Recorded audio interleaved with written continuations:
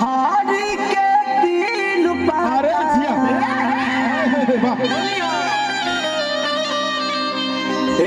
हारी के तीन पाता तीनों ठिकाना रहे भाऊजी के तीनों बहनिया होली है तीनों के तीनों खिला रहे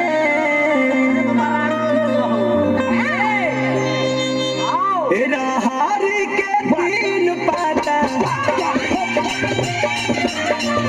हारी के तीन पाता तीनों ठिकाना रहे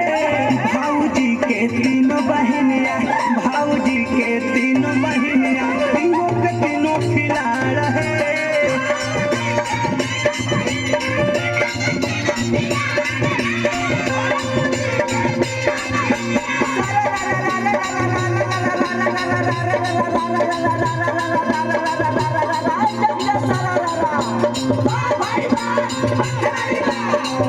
फागुन के दिन भाई फागुन के दिन से चढ़ल फागुन के दिन बड़ चिकनाई देख भौजी के बहिन बोल हाय हाय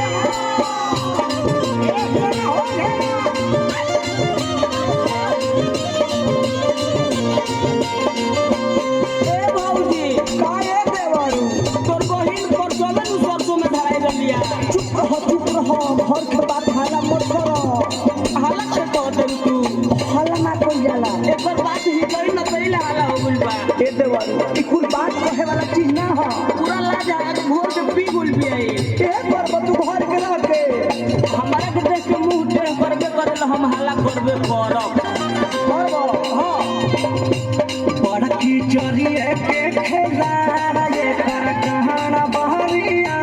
तानी सुन ला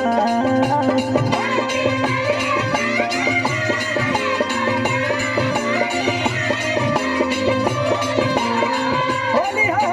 कृष्ण भैया ए रुचि फगुआ में घूमी खोजल जोगाड़ है भाऊजी के तीन बहनिया भाऊजी के तीन बहनिया तीनों के तीनों खिला रहे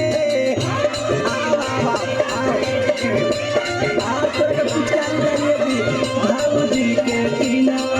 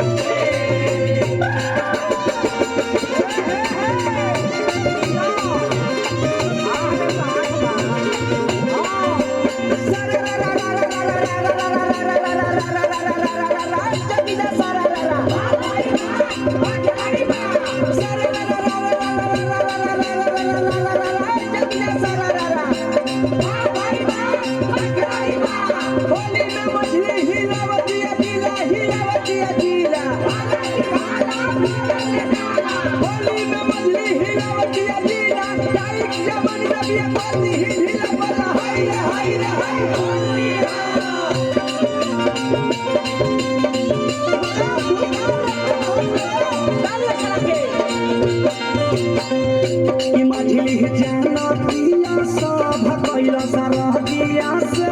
भतानी सुन ला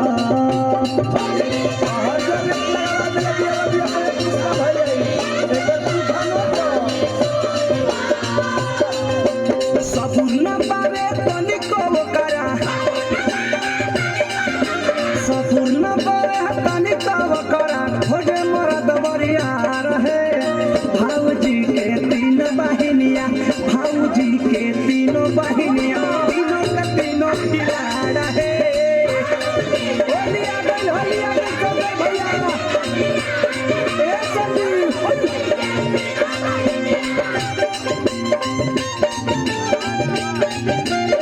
रंग का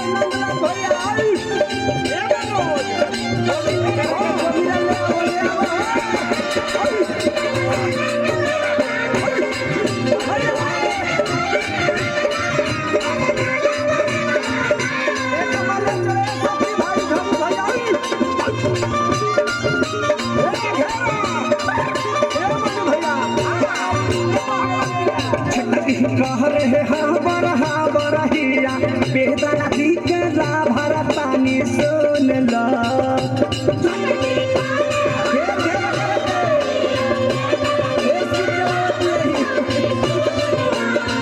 भाई भाई सब चलावत है शंकर भैया। अरे पेट पर धो के नेट चलावत दिया हो।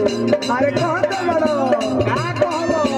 पर आदत बिगड़ल बा। होने पर सारा गेम हो जाता। देखनी है कि इंग्लिश में ऐसे लिखतिया अरे हाँ अपने मुंह से एकरा माउस के तार कटवा दे। पर्वत के संगे रोजा चले हो बैगनवा का खेत में। अरे किया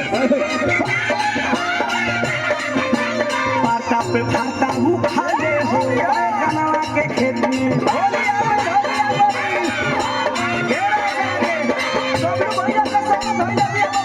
राहरी के तीन पाता राहरी के तीन पाता तीनों छीता ना रहे। भाऊजी के तीन बहनिया भाऊजी के तीन बहनिया तीनों के तीनों खिला रहे। होली हा होली हा अरे जिया भाई खिला ना रहे।